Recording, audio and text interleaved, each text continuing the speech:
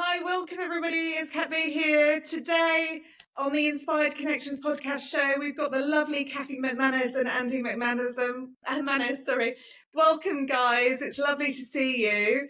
Tell everybody your story. Thank you. Thanks so much, Kat, for having us on. And it's so wonderful to see you again. I always enjoy being with you. So my name is Kathy McMannis. My husband, Andy, and I have been married for 35 years this year. And we have 3 incredible children, 2 of whom reside in spirit now, and one of them in Colorado, which is where Andy is right now. 13, our youngest son, Aidan, passed by suicide in March, actually on March 17th, which I'm an Irish Catholic background, and that's a special. It had always been a special day for us, and now it's a day with a lot of mixed emotions. And then 8 months later, our oldest son, Connor, passed in an accidental fall while he was away at college. He was at Penn State, and he joined his brother in spirit on November 16th of 2013. So, obviously that shook our world, rocked our world, and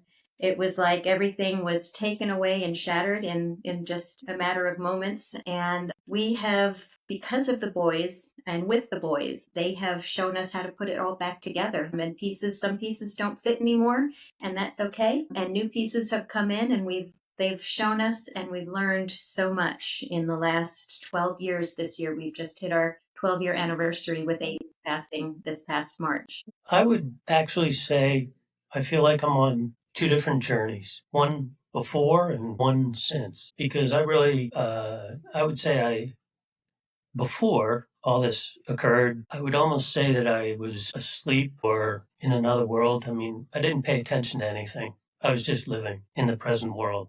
And I think that all changed. Bless you. And so tell me the journey. So beforehand, you're Catholic, you're living life in a very open society, you've got lots of friends, you're living a lovely family life, 3 children, and then suddenly everything changes. How did you start to rebuild life after this massive shift happened, especially when you've got almost complex grief and 2 losses very close together? I mean, that must be devastating. I had always had awareness of something more. I mean, obviously, growing up Catholic, we were taught that there's something more after this physical life. I had been very interested in reading books by George Anderson when I was in college, a very long time ago. And Dr. Raymond Moody, I read his book back when I was in college as well. George Anderson is a very famous medium in New York, a very highly tested medium. I was reading his books because I had this interest in things with the afterlife, mediumship. It was an interest of mine. Dr. Raymond Moody, who is a philosopher and psychologist, and he had written books about after death experiences and what happens. And so that had kind of always been an interest of mine. And I had a couple of dream visits when I was younger. When I was 14, I had a dream visit with my grandfather. He had passed 2 years before, and he had come through in this dream to tell me that he was taking care of my aunt and my grandmother, who I was very worried about at the time. And I knew there was a difference. I knew it wasn't a regular dream. And then years later, when Andy is a retired Marine, we were stationed in Okinawa, Japan, and I had a dream visit with a very good friend of my brother's who had passed a year before I had this dream. And it was almost the same message, just him wanting me to let people know that he was with them. I never once considered that this was anything other than a dream visit. I didn't really think it would go any further for me. And then after Aidan passed, that morning I was in Virginia Beach, about 2 hours away from where I live now, and I was running a half marathon, and that's when I got the news, was just after I had finished running, and I had to get back home. And it was like, I almost think of it as like, a fire brigade where like the firemen are, passing buckets to put out the fire. My friends that I was with drove me a certain amount of the way home, and my brother's best friend drove down towards where I was, and they passed me off to him, and then he got me home the rest of the way. And I just felt like there were all these helping hands with me that day. It must have been a complete blur, was it? I remember some things as if it happened 2 minutes ago, and there's other things I've completely forgotten. But what the really interesting thing was, Andy being an active duty Marine at that time, the command had to be notified of what we had experienced. And the chaplain on duty at the Marine Corps base in Quantico, Virginia, called us to ask if we would like a chaplain to come visit us. And I said yes. And it turned out that the man who walked through our door had 30 years experience studying and working with people who had experienced suicidology or families who had experienced the loss of somebody by suicide. And even in our grief fog, that wasn't lost on us, that the perfect person walked through our door on that first day. What kind of things did he say that just helped sort of comfort you in those moments? I don't think he could have said anything that would comfort me in those moments, but just the fact that there was a person standing there, and I felt that he was sent. Not so much just showed up, but I felt he was sent. And I think that was all I could take in at that moment. I'll tell you, I think my spiritual journey started from zero. So I'd never had any experiences. I don't remember anything spiritual happening prior to this. So in starting from zero, I got out some books and started reading. And I think that's where I started. And of course, I don't remember much either about those first days, probably all the way up to the first year. I don't remember too much if you ask questions. But so my journey started a little different. The good part is we got together, and although we had different journeys, we were able to share. That's really beautiful. That's very powerful, actually, because some parents go complete opposite directions, don't they? Some people find it comes together, and it's fantastic that you've managed to stay together. And Kathy, it continued on there for you, didn't it? So how long after the transition did you really start to get really inspired connections and feel the pull of spirit driving you forward in a different way? What I didn't realize was I had gotten inspired connections before each of the boys passed. Like I said, I had been running a half marathon and I was training for it. So about maybe a month and a half or so before Aidan's transition, I was doing anything I could to not go for my morning run because it was my 11-mile run. And obviously I don't do that anymore, but I was doing anything to avoid it. And I was on my computer just scrolling mindlessly, really mindlessly. And I heard something in my home, like people were whispering, like I could hear a cadence of a conversation, but I could not hear the words. And I thought maybe somebody left a TV on. So I went around the house looking for something, a TV or a radio that was on, and there was nothing on. I even looked outside to see if I could hear my neighbors talking, but I heard this constant conversation. The odd thing was once I went to go look for it, I couldn't find it. And when I would sit back I wouldn't hear it again. And then I would sit back down at my computer and I heard it again. And then probably about maybe 2 months after Aidan passed, I was popped into my head that memory of that. And I realized that was somebody coming to get him. Like that was, I felt like that was angelic and like the angels had been gathering in the home to bring him home. And then about 2 weeks before Connor passed, I was cleaning my house and I became overwhelmingly tired. And I happened to just lie down on a futon in the room that I was in. And I had a very odd dream where I felt like something was happening in my body and I felt like I was dying in my dream. And I said, "It's okay, Jesus, I'm ready to come home. It's okay." And immediately I saw a flash of my son Connor's face. And in my dream, I thought Jesus was telling me, "But your children need you." And I said, "Nope, it's okay. It's all right. Everybody will be fine." And in this dream, it was like the walls were breathing and coming and going and moving, like things that solid objects here in the physical just don't do. And I woke up with a jolt. And I almost couldn't see right. When I woke up, it was like I was looking through a screen, like I was looking through mesh. My eyes weren't working correctly. And I thought that was a really weird dream. And then 2 weeks later, Connor passed. And he had taken a substance before he passed, before he had his fall. And when I studied that, I realized that everything I experienced in my dream was exactly what you experience when you take the substance he had taken. And so I feel like, as my friend Lisa Wilcoxon told me when we were talking about this, she said, basically what you were being told was it has already happened because there is no time in heaven. And I studied with Mavis Patilla, who is a British psychic medium. She passed a couple of years ago, but she's just a wonderful medium. And what she had said was it was your soul rising to get ready. And so I had those two experiences even before the boys passed. And then right after they passed, the signs just started coming. Every which way they could come, I remember asking Andy almost on a weekly basis, do you think I'm losing my mind? Because these things were happening. I heard Aidan say, Mom, at one point. The very first night Aidan passed, it started snowing. And that doesn't sound like it's a big deal for a lot of people, but we lived in Okinawa, Japan, and then we lived in Hawaii. Aidan loved the snow. And so he just wanted to be where it was snowing. And so we had just moved back from Okinawa the summer before. And he was happy to be home because he could have snow again. And the day he passed, it was in the 40s. It was 40 degrees Fahrenheit here in the States, which is too warm for snow. It had been raining that day, but there was no snow in the forecast. And that night, I was walking down our front steps and I could see out this big picture window we had. It had started lightly snowing. And at the same time, Andy was in the back of the house and he saw the snow out of the big window out there. And at the same time, we sort of came together and said, did you see that? And we both knew in our souls before we knew in our brains that that was Aidan saying, I'm okay. I made it home. I'm okay. That's amazing. That's really amazing. I've only ever heard one other case similar where it was actually a lady whose daughter transitioned with murder, actually, who talked about getting the visitations prior to the passing, both her having some kind of foresight, but also her daughter reporting spirit coming to support her as well, which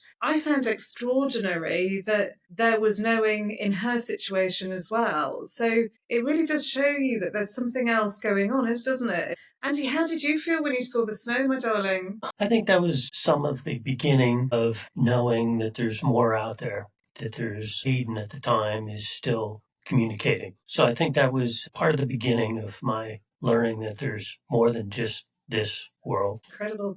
And how did it spread? Because I presume it just layered and layered and layered on top of each other. What happened next? Oh my goodness. Let's see.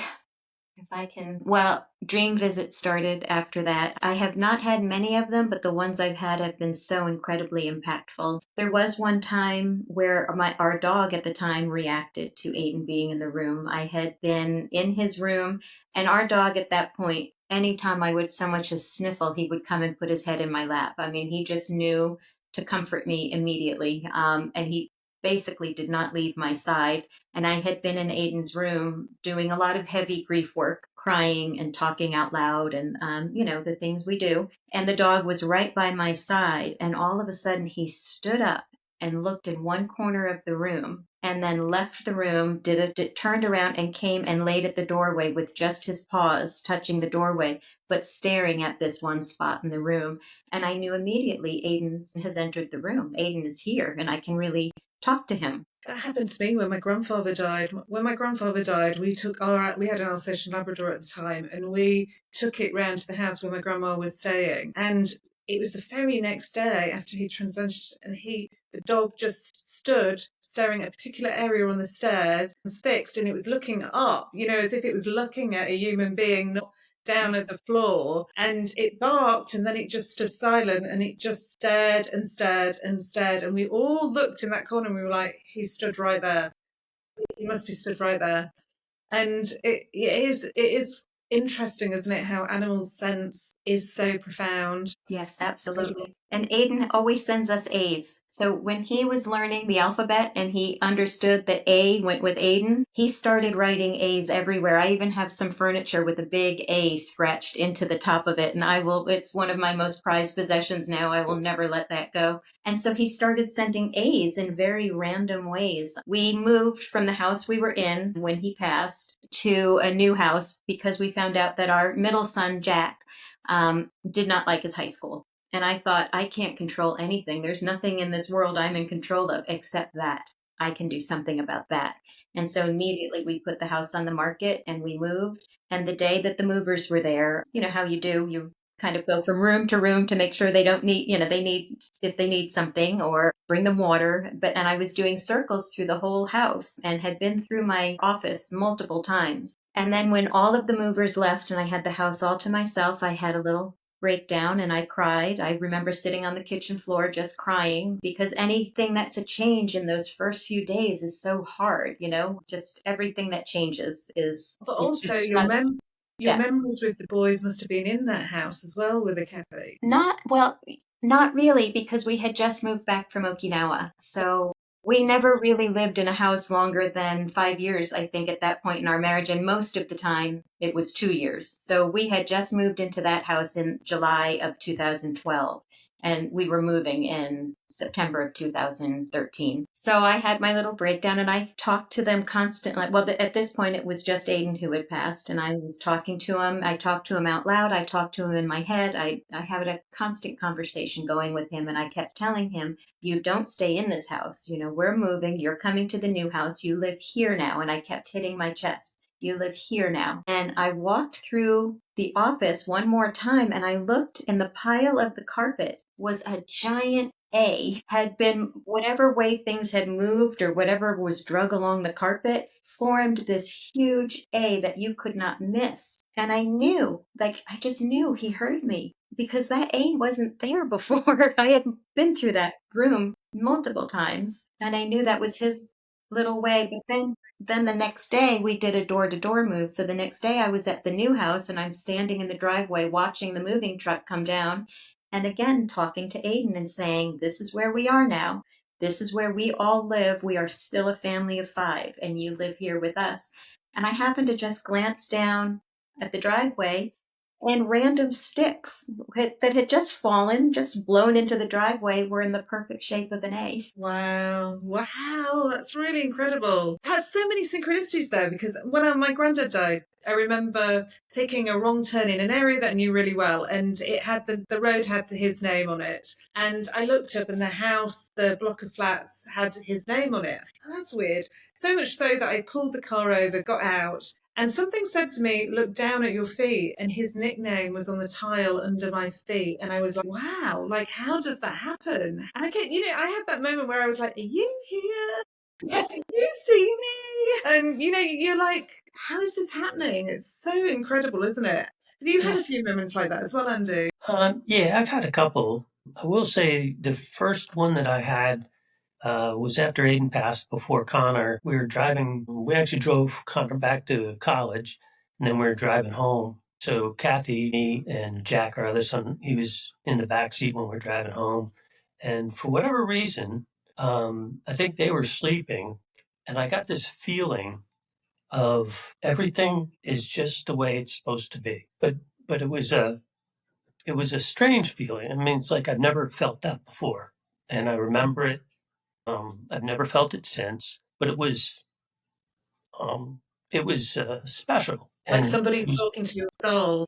yeah, and I heard it, not out loud, but I heard it. Everything's just the way it's supposed to be. So that was the first one, and we've had all kinds of signs and synchronicities since. We could go on and on about Yeah, stories. what's been your favourite, Andy? I've got one with Kathy. Yeah, I will tell you, right after Connor passed, we were actually in the car when we got the phone call, and we pulled over. Eventually, we had to get back on the road. We went to the next exit on the highway, got out, and parked in a parking lot just for a second. Now, I'll have to back up just a little bit, because previously, months ago, Connor had lost his college ID card, and we looked everywhere for it. I mean, we looked everywhere because he needed it, and we could never find it. Well, that day when we pulled into the parking lot, opened up the car door, got out of the car, and I don't know if it fell out of the car or was there, but his ID was right there Right at our feet. on the ground. Oh, wow. That's amazing. That's amazing. One of my favourite signs of synchronicities, and Kathy will remember this, I was with Jeff Driscoll at the Helping Parents Heal conference, and I remember being sitting in the corridor, and it was a bit of a weird, I'd had a bit of a Matrix moment where Jeff and I had sat down, and the corridor had been absolutely packed, jam full when we sat down. And then suddenly I turned around and I was like, Jeff, we're on our own. There's nobody here. And we were so deep in conversation, we were oblivious to the fact that everybody had left. And we'd been talking and talking and talking. And I said, I've got to get back because I've got an early start in the morning. I want an early night tonight because I've had a couple of late nights in the previous nights. And he was like, no, you can't go to bed. Da, da, da. And then suddenly I felt this tap on my shoulder, and I turned and there was nobody there. And I heard, there's 2 parents waiting for you in the bar. You must go to the bar now. I was like, Jeff, we've got to get up. There's 2 kids here. Their parents are waiting for us at the bar. There's 2 boys. And at that stage, I didn't know who the two boys were, but I was like, we've got to go now. The two parents are waiting for us. One's waiting for you, one's waiting for me, and they're together. So Jeff didn't know what had hit him. I literally picked him up, frog marched him to the bar, and there was Kathy and Kathy. And literally, they were like, Kathy was like, I've just sent a prayer up to my son asking for Jeff O'Driscoll to be sent to the bar. And Kathy was like, I've been looking for you everywhere, Cat B. I sent up a prayer to ask for you, and you've come together arm in arm. And so it was just really astounding when you realise that interaction of Kathy sending up a prayer, the other Kathy sending up that thought, the two boys coming together, dragging us, and it probably was, Connor and Chris pulling us to the bar area, and then there you were, and it was a magical moment. That was one of my aha moments where I was like, did you just see that? Did we really just experience that? I mean, the wonder and awe is incredible, isn't it? It's magical. Can you imagine the power that it takes? I don't know if power is the right word, but the amount of effort that goes into all of that at the right time and the right place. Absolutely, Andy. Because if I remember, I mean, it started well before your conversation with Jeff, too, because if I remember right, didn't you leave something downstairs? So you had been in your room and you went down to retrieve it and wound up meeting Jeff? I tell a little bit of the story on Jeff's podcast, but I didn't tell it all because if I had, it had gone on for ages. But it was my birthday due the next day, and so somebody had left a parcel for me, and I'd been joking to Jeff, we keep losing bags. It's got to be a bag. And he said, oh, don't be so silly. And I said, I bet you any money it's a bag. And not many people know that Jeff's also an artist, and he's a very good artist. And the bag actually turned out to be a bag, but it had a piece of artwork on it, and it had a message about art on it. And when I went to go get the bag, they'd lost it. They couldn't find it. And I said, oh my God, this is really funny. They've lost another bag, because we'd lost 3 so far. So I was like, what is it with these kids, and what is it with these losing their bag? It's like, that's really weird. And anyway, later in the night, it was delivered to my room. And of course, it turned out, and I had sent as a joke to Jeff saying, oh, I've got a nickname for Jeff. And so I got this black bag on the internet, and I said, I've ordered you this bag with your name on it, your nickname on it. I said, it's going to get sent and delivered. And I said, I was laughing my head off. And then when the bag came and we opened it, it was the identical bag shape and the identical bag, but just with the different words on it. And we were like, this whole thing, it was just a setup. It was just incredibly amazing. And even that morning we went down on my birthday, I was supposed to be working, and he asked if I would go down for breakfast. I said, oh, I can't, I'm working. And then something said, go check your phone. And the person that I was supposed to be seeing had got COVID and couldn't make it. And so I was like, oh, I'll come down for breakfast. But there waiting for us at the table next door was Aileen and her friend. And they were like, we've been waiting for the two of you. And we were just like, isn't weird? I mean, there were only 2 people in there, and they had just been having a conversation saying, we need to see them before we leave. So I just found the whole thing really, synchronized to the moment. It was just powerful. And then I guess even the way we ended up going for dinner on my birthday was just nothing was pre-planned, was it? It just all fell into place, and it was just astoundingly, incredible night, amazing night. But it was just these wonderful little moments that you almost feel blessed. I really feel that they connect the living, not just the spirit world. It's almost like we're all doing a dance, we're all having a party together. It's just that we don't always see all the players in that party. Does that make sense? Makes sense. In fact, going back to Chris and Connor, we were connected through a mediumship reading Kathy Westike had, and that's how they she was told, you need to get in touch with Kathy McMannis. And we found that our boys are together a lot. And that is so incredibly inspiring and hope-filled for me. And I know many, many other parents, knowing that our children, they're making friends. They're joining forces with other kids. And when those kids get together, they're powerful. In fact, I have a brilliant story connecting to that, actually, that's very similar. Kathy, when I met Kathy, she'd had a reading with a famous medium very shortly after her son Chris died. And I said to her, your son is with Nick. And she went, Nick? Who do you mean, Nick? And apparently the lady had said to her, your son is with Nick. and she didn't know who Nick was. I said, I know exactly who Nick is, and I know who his mum is, and I'm going to introduce you. And again, that synchronicity of introducing her to Paola and them getting on like a house on fire, just the same as you, realizing that their children had already met and were already connected. Now, that reading was maybe about a year prior to her meeting me. And in that reading, she said to the woman, I know nobody called Nick.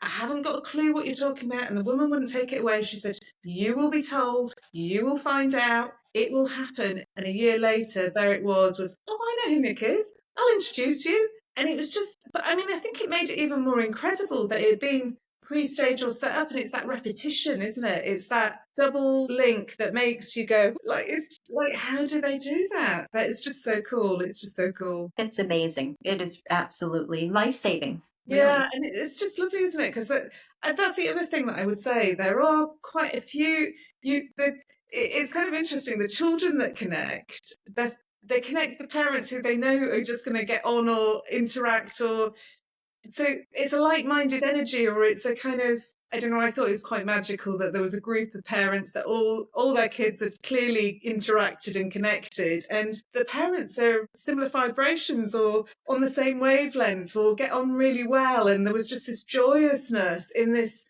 aftermath of this awful trauma that everybody's gone through, but this joy of people being brought together. And it's very hard, isn't it, to say, if our children hadn't transitioned, we might not be sat here today. We might not be talking. We may never have gone out for dinner that day at the conference and all those things. And yet I think Elizabeth sums it up nicely when she says it's collateral beauty. There is a lot of collateral beauty in this journey, and it is challenging, but at the same time, there's so many little nuggets that lift our spirits or kind of help us get through our everyday moments. Kathy, I had another moment as well. I remember when you came to London, we met on the south bank of London, we went for lunch, but I remember coming out, and you wouldn't really know this, but I had Richard Ireland, who's Mark's dad. I have a song that every time this song plays, I know that it's Richard saying, I'm here. And I remember coming out of the restaurant with you, and then suddenly this guy bursting into song, almost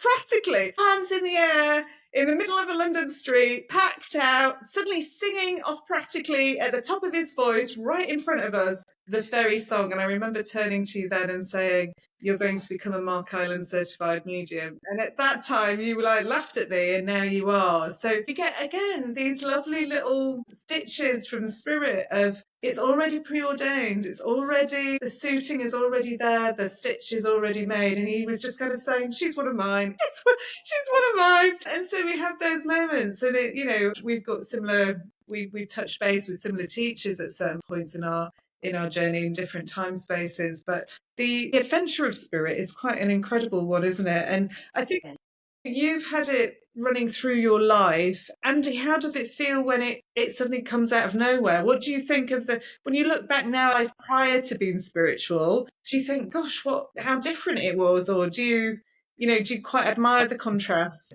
I think I went from very skeptical to wanting to find more, to believing, to eventually knowing. But it took a long time.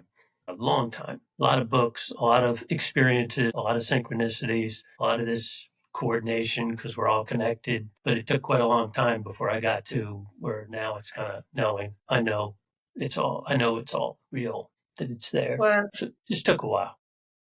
I know that for every person journeying this journey, it's going to be different time. There is, no person's experience is the same. But when you say it took some time, how many years did it take, Andy?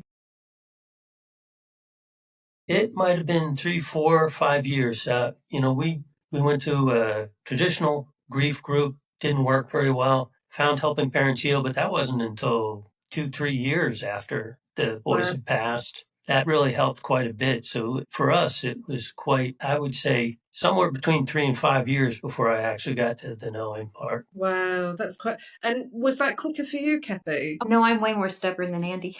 What I was going to say about Andy is what I admire and respect so much with him is that he was never closed to it.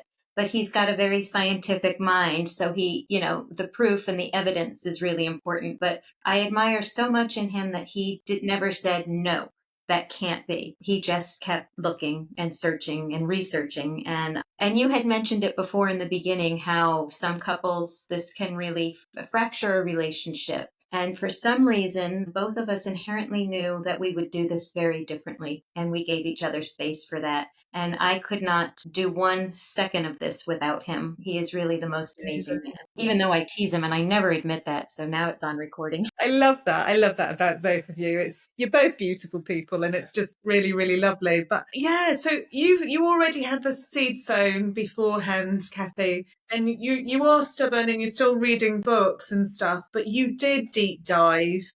Absolutely. So what stage did that happen? It was a gradual for me. The signs were so incredibly strong and so powerful. And I had gotten downloads and messages, not realizing that that's what it was before I understood. 7 months or so after Aidan had passed, I remember driving somewhere one day and I was having a horrible time and spinning out and saying, I don't know where you are. Where have you gone? I haven't had a sign. It was probably only a day, but in those days, I needed constant reinforcement. And I just was really spinning out into a very low place. And out of nowhere, I had no reason to think of this. In my head, in my own thought voice, I heard, "You are in me and I am in you."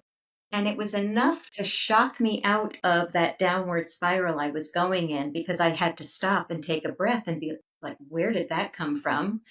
Now, in my conscious thinking mind, I know that that's biblical. I know that that's something that Jesus had said. And so I had to use my logic at that stage of where I was in my journey. I used my logic of, well, if Jesus is in Aidan and Aidan is in Jesus and I am in Jesus and Jesus is in me, therefore Aidan and I can never be separated. We're in the same place. And it was like I needed that message to bring me out of that deep hole I was going into. And it was gone. I had that 5 minutes of absolute peace in feeling that and thinking that. And so I would have little things like that happen. And then the absolute proof for me, and this is a little bit of a long story. And I say it was absolute proof. That doesn't mean I had confidence in myself. I had been in church one Sunday. This was the first Sunday of Advent in 2014. So it's now a year and a half since Aidan passed and just a little bit over a year since Connor passed.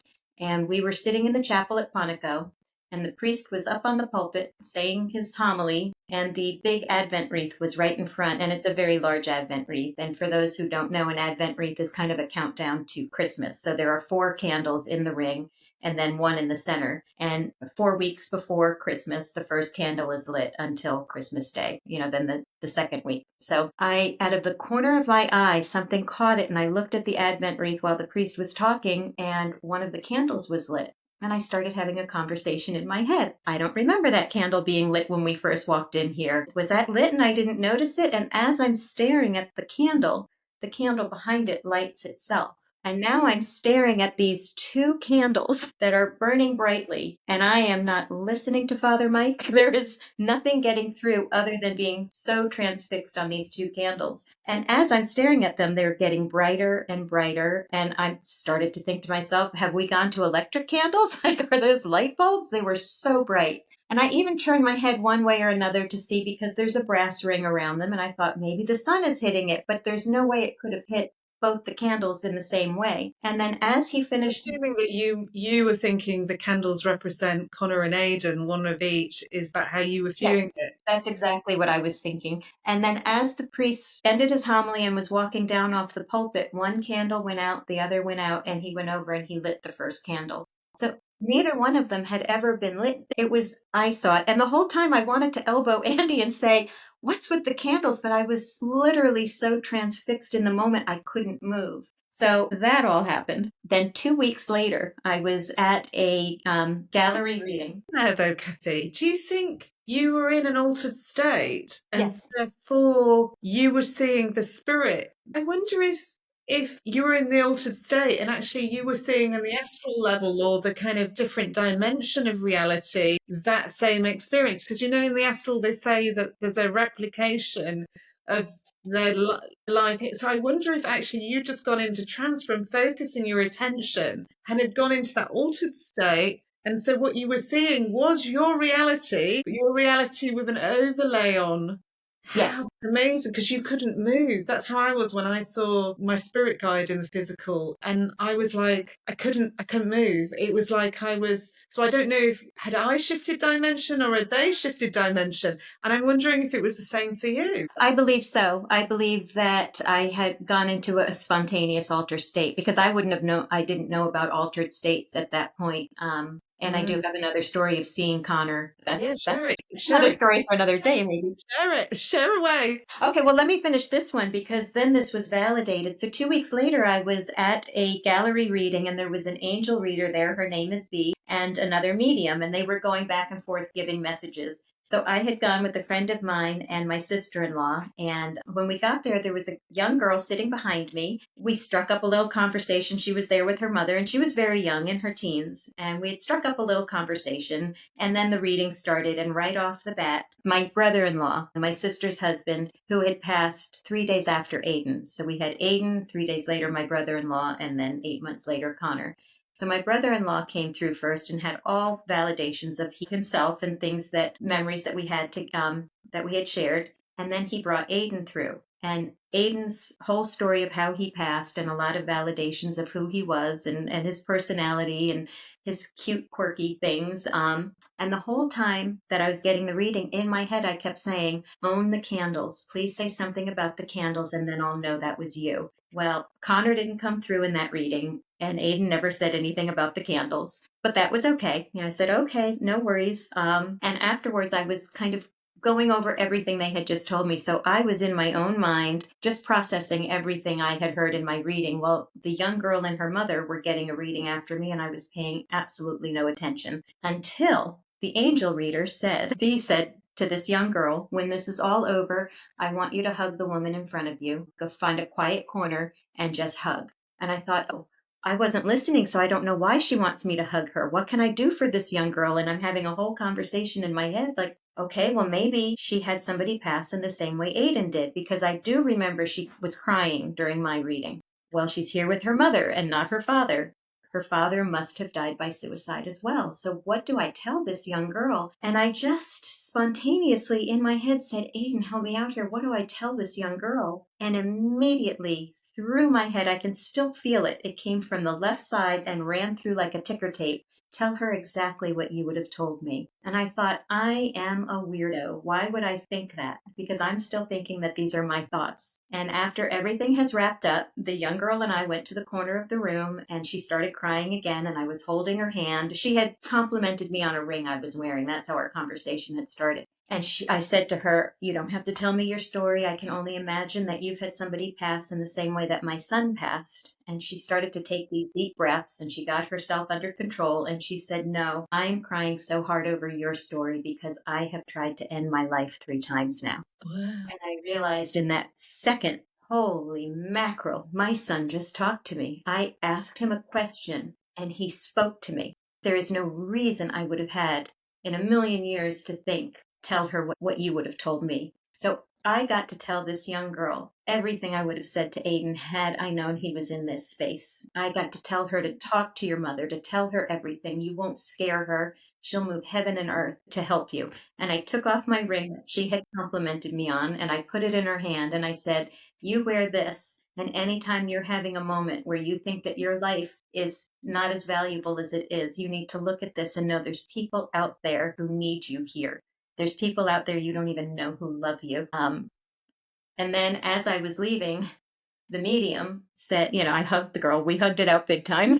And then as I was leaving, the medium called me over and she said, always before these events, I meditate and my guide will either tell me something to pass, a message to pass, or he'll tell me to bring something to give it to somebody. And very distinctly, after I sat down, after doing your reading, I heard him say, give it to her, she'll understand. And it was near Christmas time and she'd given me this little Christmas, it was a little Christmas stocking. And in the stocking was a candle. And it's not only the candle, but the candle in church. Do you know what's really bizarre is I've got 2 candles matching that in my office, but of angels, not of Jesus. Oh my gosh, that is crazy. So it validated everything. Cathartic. Sorry? It's very cathartic, isn't it? It's like you were able to have the conversation. That's so healing. Absolutely. I believe it was healing on not only on my level, but for Aidan as well. Because Aidan probably said, cha-ching, she finally gets it. It's me talking to her. She's not as smart as she thinks she is.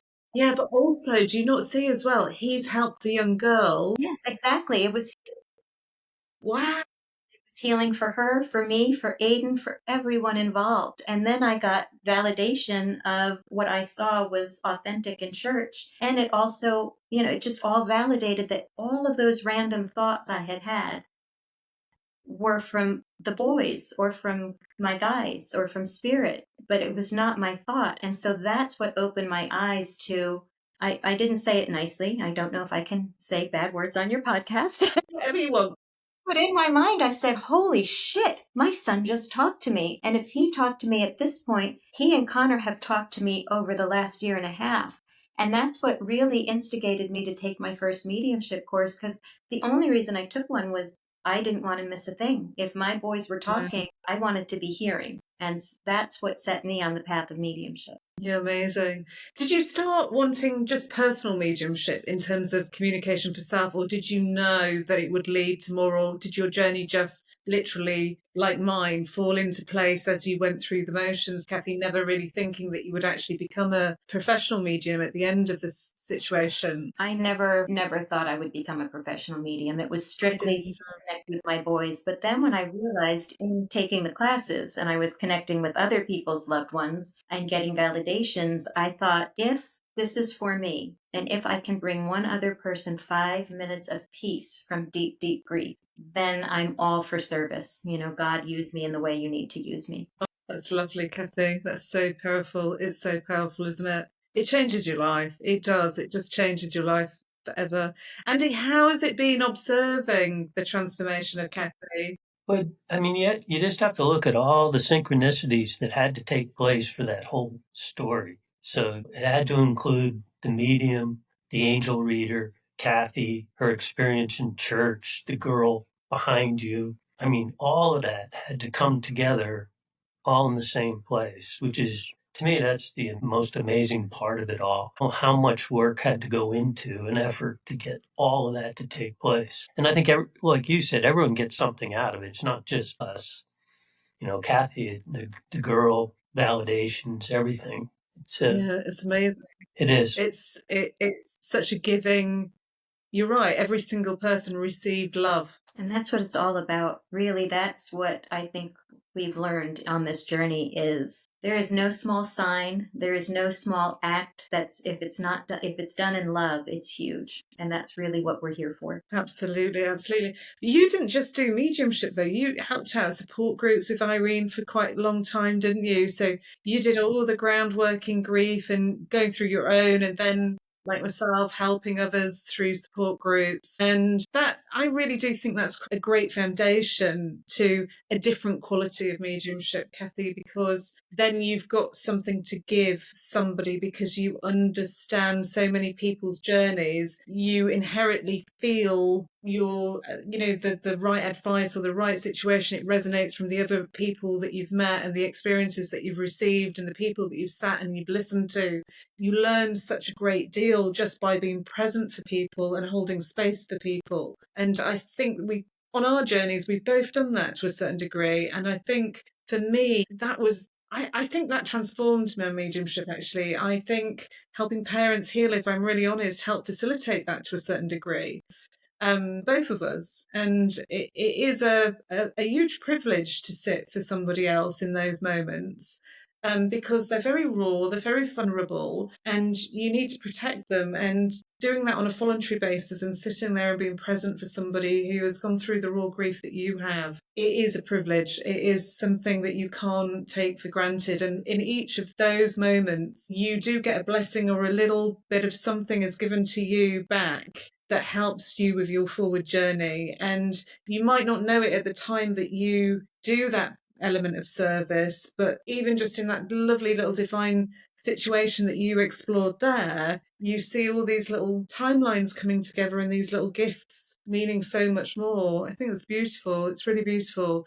I know that when I've been trying to get Fred on, bless him, but internet won't work. Fred, he's a gentleman in his 80s now, but at the time he was in his 70s when I met him, and he'd lost 3 children to the spirit world, all under the age of 5 to an awful disease called Lee's disease. And he sadly had his son and his 2 twin daughters, not knowing that any of them had the disease. And then his eldest was diagnosed, and he realised pretty immediately that he would lose the 2 girls. And I remember meeting him, and it was kind of incredible because I was outside of London. I travelled 2 hours to this location and never been there before. Had a really incredible experience beforehand when my daughter redirected me to a National Trust park. And in this National Trust park, there was a sword with the Kundalini snakes around it. It was a Viking site. It was a burial site. It's the one that's on the Dig film out in Sutton Hoo outside of London. And it's an incredible place. And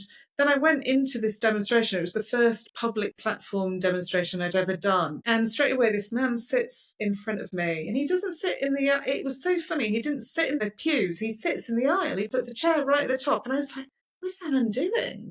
Very naively realising he wanted my full attention. And I went to him, and I didn't pick up the children. I actually picked up his best friend. He'd been in the Navy, and he had tattoos up his arms, and I used my sense of humour. I said, I can see you've got tattoos up your arm, but I know about one. I know that you were actually based in Hong Kong, and you had a best friend who's now in spirit, and you'll recall that he fell out of love with 2 women, and he had a sword with the 2 women's name on, and he had to get a snake to cover up the women's names. And so we were, have this lovely conversation, and I was just leaving that night. His partner at the time, he'd sat cleverly in another part of the church because she knew that she would get a reading if she wasn't sat next to him, tapped me on the shoulder, and she said, can I ask you a question? I said, yeah, sure. And she said, why do mediums never bring through children? I said, sorry? He said, why do mediums never bring through children? I just noticed you brought through his best friend, but he's got 3 children in spirit. And I said, whoa, then I felt really guilty. He's got 3 children and I never picked up on it. And I felt like I'd done a disservice. All the way home to London, the 2-hour drive, I felt awful, Kathy. I was literally, oh my gosh. And I remember ringing up the secretary when I got back. Listen, there was a man I think you might know him. And I describe him, can you get a message through to him? I will be in Braintree in Essex in 2 weeks' time. I can't come all the way back to Felixstowe, but I'll meet halfway. And what was incredible is the message got through. He came suited and booted, beautiful bouquet of flowers, bless him. And it was amazing. He was a perfect gentleman. It was a really lovely sunny day, and we sat down in the sunshine. And it turned out that not only the timing of all this was incredible, because this is what led me really to helping parents heal. He was the first parent I ever really read for in a professional guise. And I sat down and I said, I hear the words Green Bank. And he said, my son died at Green Bank Hospital. And I was like, wow. And then suddenly I sort of said, oh, you don't look like the kind of guy that would have butterfly tattoos, Fred. I believe that you've got one on each leg for your 2 twins. Is that right? And he pulled up his trouser and he showed me the butterfly, and I was like, oh, like this. And we had this incredible moment. But this is the best bit. After the reading, I heard my granddad say, who's in spirit, and he said, whatever you do, if he offers you money, don't take any money. If he offers you petrol money, don't take the money. And if, however, he asks you for a coffee, you must go for a coffee. I thought, what is this about? I've already given 2 hours of my time free of charge. I've driven an hour outside of London to get there. And so sure enough, he tries to give me this envelope. I can't take it, Fred. And he tries to give me the money for the petrol. I can't take it, Fred. And he says, well, you must come for coffee. I'm definitely coming for coffee. But here's the thing. My granddad, when he died, 6 weeks before he died, and we were not believers at the time, I'd always been a little bit open-minded, but I never had any proof. And so 6 weeks before he died, my granddad started crying. And I said to my granddad, listen, don't be an old fool. You're not gonna transition. I will be back from university the day, we'll see each other again. He was like, no, this is the last time we're going to see each other in the physical. And I was like, Granddad, you can't know that for sure. I will definitely be back. You were as fit as a fiddle, I was teasing him. And I said, but I tell you what, if anything goes wrong, if anything should happen, you come big you give me a big, big sign. You tell me that the afterlife exists, you show me. Well, it was 11 years from the moment I'd had the awakening to me learning mediumship. It had taken me another 11 years to meet Fred. So it's 22 years to the day. And 22 years since my grandfather had transitioned. And they're in this location in Essex. And it's just so incredible. I think about it all the time. And he sat there and he tells me this story. And suddenly this download of information came to me. And I said, you've done this turn left thing that you're talking about. You've done this in Yorkshire. He said to me, why were you at that centre that day? How did you end up being there? And I said, I don't really know, that only that a teacher of mine had said that if I didn't go, he'd never teach me again. And I said, I've done so many workshops that I was like, I kind of owed it to him that I would go to this centre. I said, I'm not really religious, Fred. I don't really know what I was doing in a church other than I wanted to be of service to people. And I wanted to see what this opportunity would do for other people as to whether it was worthwhile me, going in that direction. And he said, I said, but I tell you what, when I was in retail, Spirit used to do this amazing thing. They used to call it turn left. I turn left. I come off the motorway on the way back from a store visit, and they'd always take me to a church, and the church would either be St Mary's or St Michael's, very occasionally St Peter's, but they'd always take me to a spiritual place. And I thought it was just their way of saying, we'll guide you to the spiritual place that you need to be at. At which point he nearly dropped his phone, and he picks it up and he starts panicking and he's dialing his partner, and she's in the department store Marks and Spencer's here in the UK, and yes, it's called, which is my granddad's initials, and also I've been to those stores. yeah. And so he literally, she comes running in, and of course, poor woman doesn't know whether the reading's gone well or not, so she's panicking, thinking something's gone wrong. And he says to her, tell about the turn left. And she said, sorry? Tell her the thing we do in the car. Tell her. And the woman's looking at him and he's like, the thing, just tell her. Because if I tell her, she won't believe me. You've got to tell her. So she says, when we do this thing, we call it turn left. We turn left. We always end up at a church. And then this transmission came down and I went, oh my gosh, Fred, I know. I said, you ever lived in Yorkshire? I said, you live in Yorkshire in the 90s? He said, I did, Kat. I was a pub landlord in Leeds in the 90s. I said, Fred, you're not telling the truth to Joan. You've done this turn left thing before in a different location. You've done this turn left thing in Yorkshire, and I know exactly where you turned left. And I know exactly the church that you ended up at, and it was not St Michael's or St Mary's, was it? And he said, better still, I've got a picture of it on my phone. I said, I'm going to write the name down. And I wrote the name down of the church, and he pulled up the photograph, and the two matched. And I was like, that church is the church that my grandfather is buried in. It's in the middle of nowhere in the Yorkshire Dales, and you can't find that location. You just can't. It's just not random. But you look at that divine timing, Kathy, and you realise you've got the same situation where two people were always going to collide. Two people were always going to be guided to that location. And it's kind of amazing, isn't it?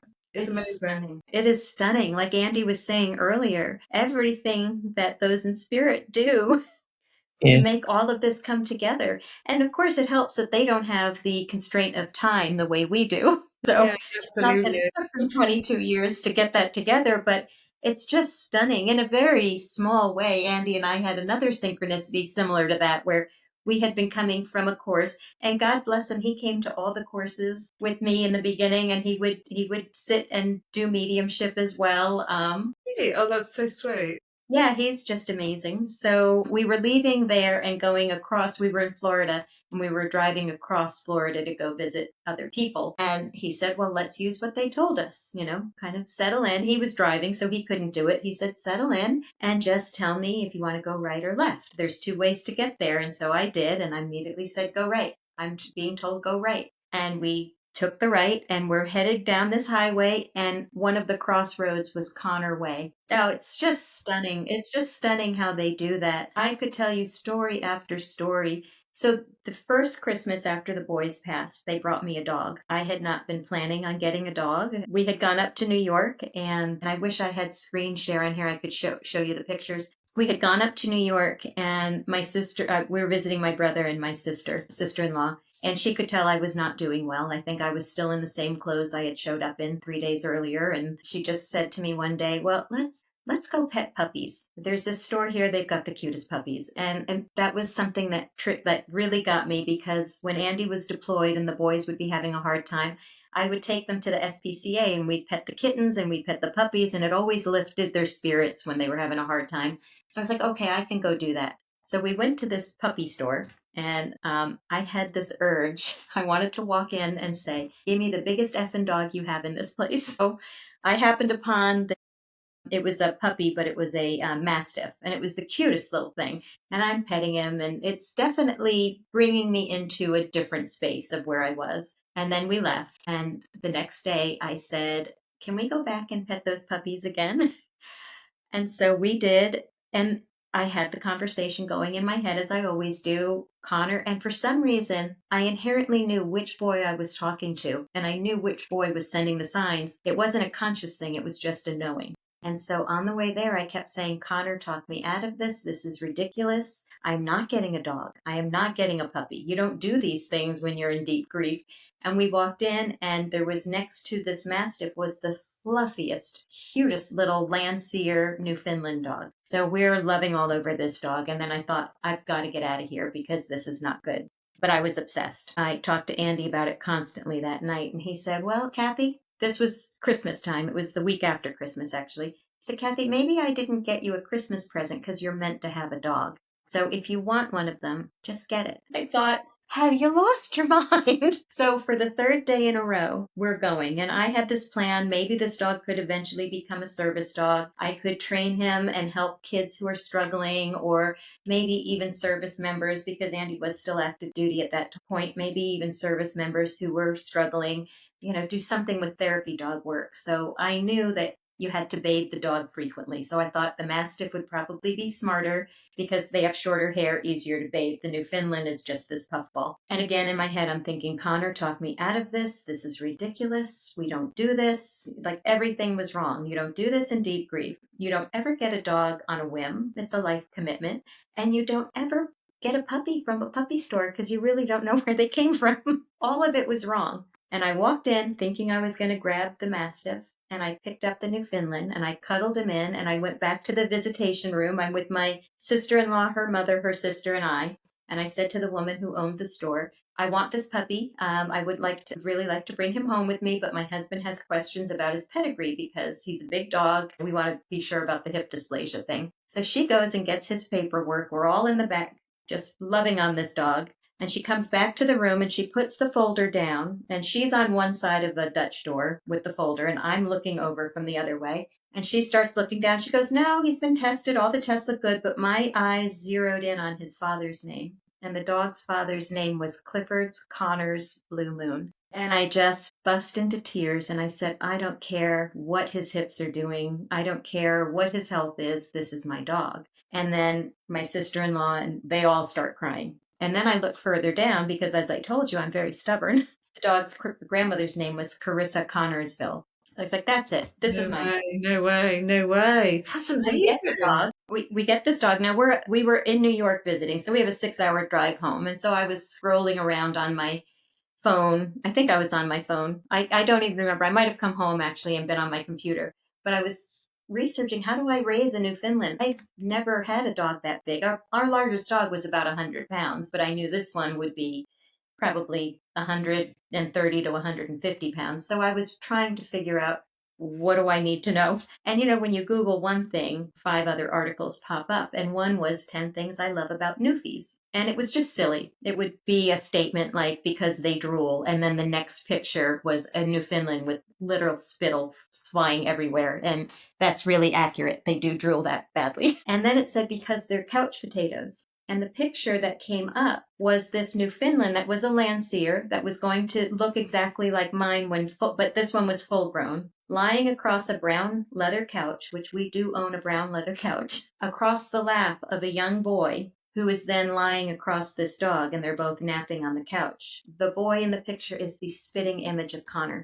Just as tall. Everything about him was long. The same, beautiful, dark, thick eyebrows, the same haircut. down to Connor would wear this green zipper hoodie with a fleece line with it zipped up and the hood up from the second it got cold till springtime. And the kid is wearing the exact same sweatshirt. I have it in a picture. I downloaded the picture. I was like, you can't make this up. Yeah, we've shown the picture to other people. Goosebumps, Kathy. That is crazy. Yeah, It is, and Crazy, is it? It's amazing. It's amazing.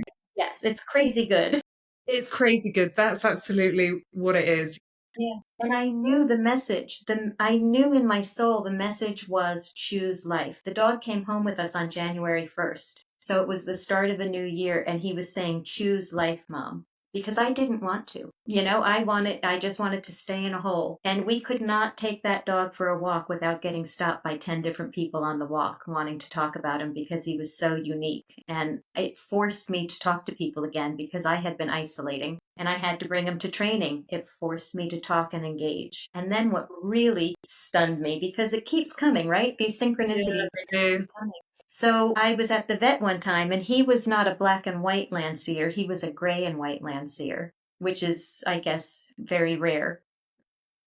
And I walked into the vet, and the vet tech said, he's a blue and white. And I said, what? He's gray. And she said, yes, gray dogs are called blue. Connor loved Penn State. That was the college he wanted to go to from the time he was a little kid up until he got in. It was the only college in his mind for him to go to. And their colors are blue and white.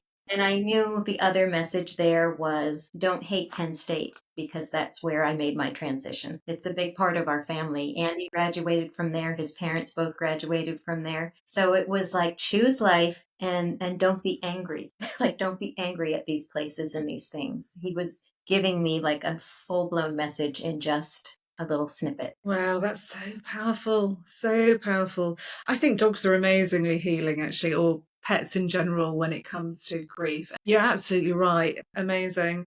And then when his brother Jack went to Penn State also, and while he was there, the two boys sent him a cat. He just had this cat follow him home one day.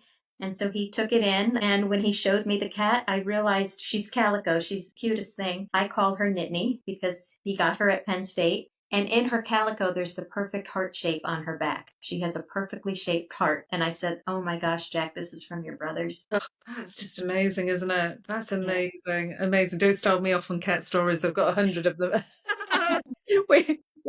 we have incredible stories about cats, but Kathy, that's just it's so profound, isn't it? And what a lovely story, but also what a great synchronicity and what a healing moment. I mean, that's just profound. How are you feeling now on your journey? Now that you've gone from being support, you've been bereaved mum, you've been support worker, you're now a medium. How's it feel? How's it going? At the base of all of it, I'm a mom. Everything else is secondary. I don't want to say secondary, but everything else is because of my boys. And I really feel like that's my purpose now, is to carry them forward, because everything is still because of my boys. They don't get left in the past. They come forward with me, and they put opportunities in my way. Jack has been one of my greatest teachers along this journey as well, because of the way he lives his life.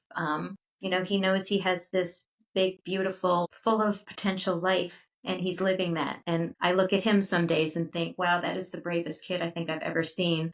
And if he can do that, I can do that. And then Aidan and Connor just keep throwing these miracles and these people and these blessings in our paths. You had brought up about being part of a support group. So Andy and I run we're the affiliate leaders for the Northern Virginia Helping Parents Heal group. And in those rooms, it is the most sacred space, just as sacred as any place, really. Anywhere that there's great love, it's sacred. You can find them in the greatest cathedrals, and you can find them in the woods in your backyard. And we find those sacred spaces with these parents, and to see their bravery and to see them light up when they talk about their kids. And that's what we really need to do, is continue to talk about them and show them off, and talk about how they show up for us again and again. They'll never give up on us. Oh, that's beautiful. I think that's a beautiful place to end it, Kathy. Thank you so much for coming on. Thank you, Andy. It's been a pleasure to see you both, and I'm so proud of your journey, and I look forward to hearing many, many more stories in years to come, my darling. Well done. Well, thank you so much for having us, Kat. This has been an absolute pleasure. Thank you.